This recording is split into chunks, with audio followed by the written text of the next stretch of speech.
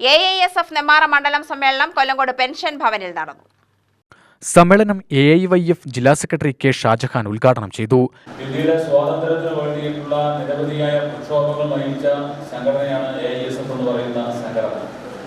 1942 quit India സമരകാലത്ത് ഇന്ത്യയിലെ ദേശീയ നേതാക്കന്മാരെയെല്ലാം തന്നെ ബ്രിട്ടീഷുകാർ ജയിലിലടച്ചപ്പോൾ ഇന്ത്യയുടെ ദേശീയ പ്രസ്ഥാനം ഇനി എങ്ങനെ മുന്നോട്ട് പോകുമെന്നുള്ള ഒരു ചിന്തയിൽ നിന്നപ്പോൾ ഇന്ത്യയിൽ അലയടിച്ചുകൊണ്ടിരുന്ന ആ ദേശീയ സ്വാതന്ത്ര്യ സമരത്തെ മുന്നോട്ട് നയിച്ചത് അന്നത്തെ AISFന്റെ നേതാക്കന്മാരായിരുന്നു.